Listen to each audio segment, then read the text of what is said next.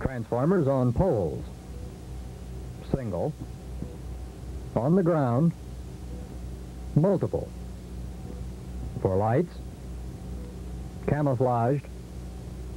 These are all familiar to any lineman and essential to the efficient distribution of energy to our customers.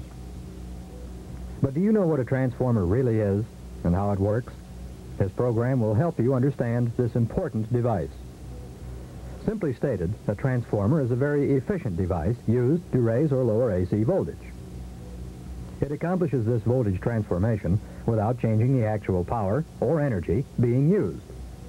That is, the kVA put into a transformer generally equals the output kVA. We say volt amps equal volt amps. Distribution transformers, which we will be concerned with in this series of lessons, operate on a principle of magnetic or mutual induction. They consist of at least two separate electrical circuits linked by a constantly changing magnetic field. We must have alternating current, AC, to create this changing field. One brief word here. There are other types of transformers, such as auto transformers, phase shifters, reactive transformers, and so forth, where these rules may not apply directly. Our concern will only be with distribution transformers. Let's review some basics a moment. You remember that a generator induces voltage in a conductor by causing magnetic flux lines to move across the wire. Years ago, the transformer was called a secondary generator because, actually, this device does generate or induce voltage in a secondary circuit. Let's construct a simple transformer. This coil of wire will be surrounded by a magnetic field when current flows. As AC voltage falls, the magnetic flux lines contract, then expand outward as voltage and current flow increase in the coil circuit. So we have a moving flux field, just as we find in a generator. If a second conductor is located close to our coil, the moving flux lines generate a changing voltage.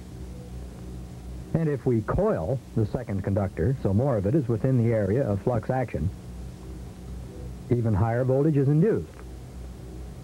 If only half the conductor is in the flux, we get 1/2 as much induced voltage. We refer to this as the turns ratio, or coil winding ratio, of a transformer.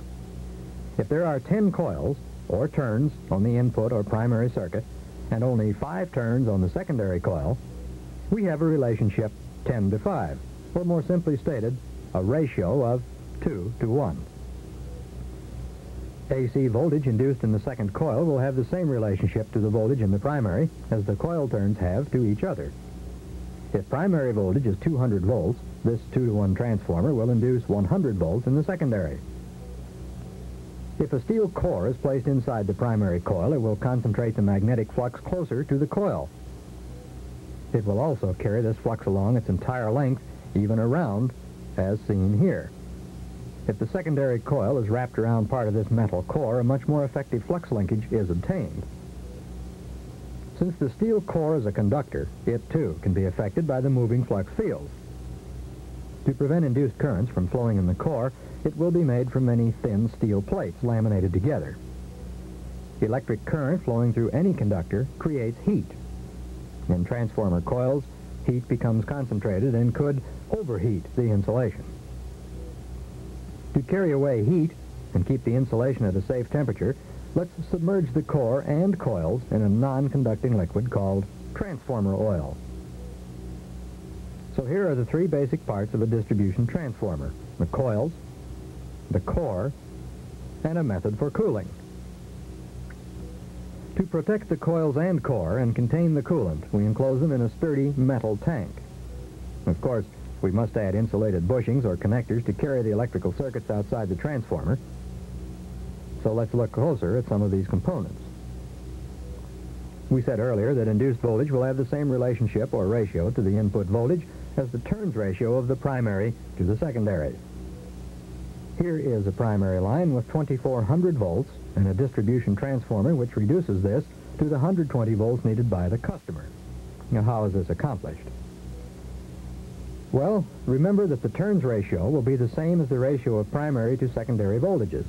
Here, 2400 volts to 120 volts. If you're quick with figures, you'll see that we can divide 2400 by 120 and obtain the missing figure of the turns ratio. So a transformer with 20 times more turns on the primary than on the secondary will reduce 2400 volts to 120 volts. The ratio, 20 to 1.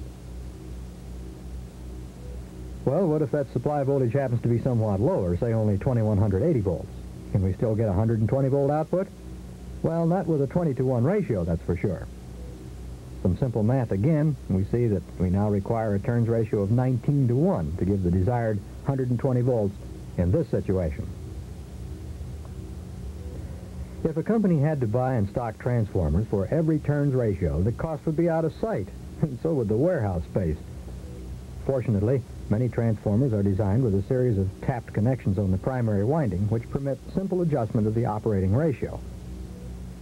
If we break this primary coil at the center, like this, we can complete the circuit with this small jumper, 10 windings altogether. But let's bring out several other taps or connection points. By altering the way they're connected, the effective number of coil windings can be changed, as we see here. Now, current does not flow through the 4 innermost coils, so the ratio has been changed by simply changing tap connections on one coil. This connection is set by means of a tap changer switch inside the transformer. On some new units, this control is located on the outside of the tank.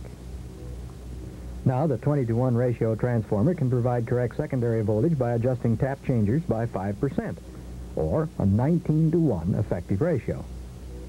A word of caution: the tap changer is a no-load switch and should never be operated if the transformer is connected to the line.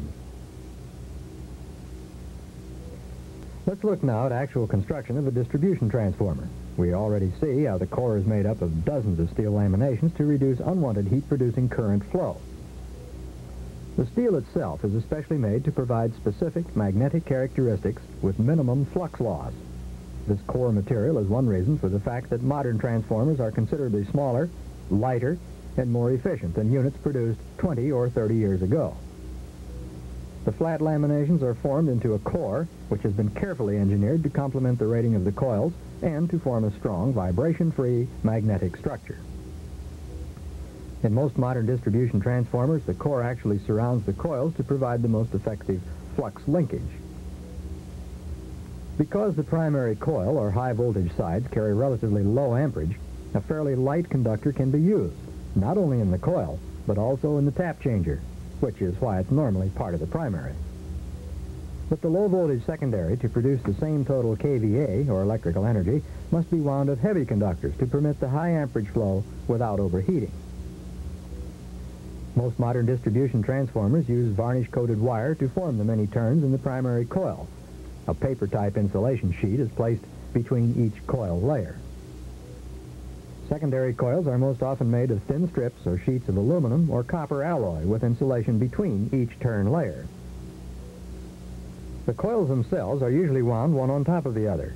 In this instance, the primary coil is wound between 2 sections of the secondary. There are open spaces between these coils to provide electrical isolation and to let the transformer oil circulate to remove heat from the coil surfaces. This cooling is vital. If coil insulation gets too hot, too long, the transformer can fail due to damage of the coil insulation. The tank and its integral mounting brackets are coated first with a special primer, and then finished with a durable exterior surface which will protect the transformer in all types of weather for many years. Strong, smooth bushings of special porcelain are attached to the tank and sealed in place. These provide insulated connections with the coils inside. The cover itself may be especially coated with a plastic material which provides extra insulation to prevent animals or birds from grounding out the high voltage leads. Transformer oil, besides providing good cooling, is also an excellent insulator, but it must be kept free of contaminants such as dust and moisture. It's a very thirsty liquid, quickly soaks up water or moisture from the surrounding air. To prevent this, the transformer tank must be sealed against outside air and other contaminants. Not all transformers are alike. Even the same manufacturer may produce several different designs, but all transformers are similar in basic design and operation. There are many steps in the manufacture of a modern distribution transformer. The winding of the primary and secondary coils, attaching leads and taps, inserting the core lamination, connecting internal protective devices, high voltage tests, and final inspections. But the finished product, the transformer you install on your company lines, is a proven, reliable device which will do its job efficiently for decades. Now, to check yourself on what you've learned from this program on distribution transformer operation and construction, see what you can do with the Transformer Quiz L351. Restart the projector when you finish, and we'll review the answers together. Well, question 1 should have been answered false. Distribution transformers are AC devices, not DC. Without those changing flux fields, no transformer action would occur. Those forces are concentrated by the core to provide an efficient flux linkage between coil circuits, even though the circuits are electrically isolated from each other. Number 2, then, is true. So is number 3. The relationship or ratio between the number of primary and secondary windings determines the voltage change. Number 4 is false. Since total power, or kVA, is the same in both coils, the lower voltage secondary carries more current and requires heavier conductors than the primary. The transformer core is made of special grain-oriented steel, not copper, so number 5 is false. Did you identify 6 as the primary taps, or tap changer? And 7 refers to the core. If you said laminations instead, mark that correct also. 8 points to the secondary winding, or coil. 9 shows one of the bushings used in distribution transformers. If you checked the box cool transformer coils for number 10, you were correct. If you also checked the statement helps insulate transformer coils, give yourself a big plus.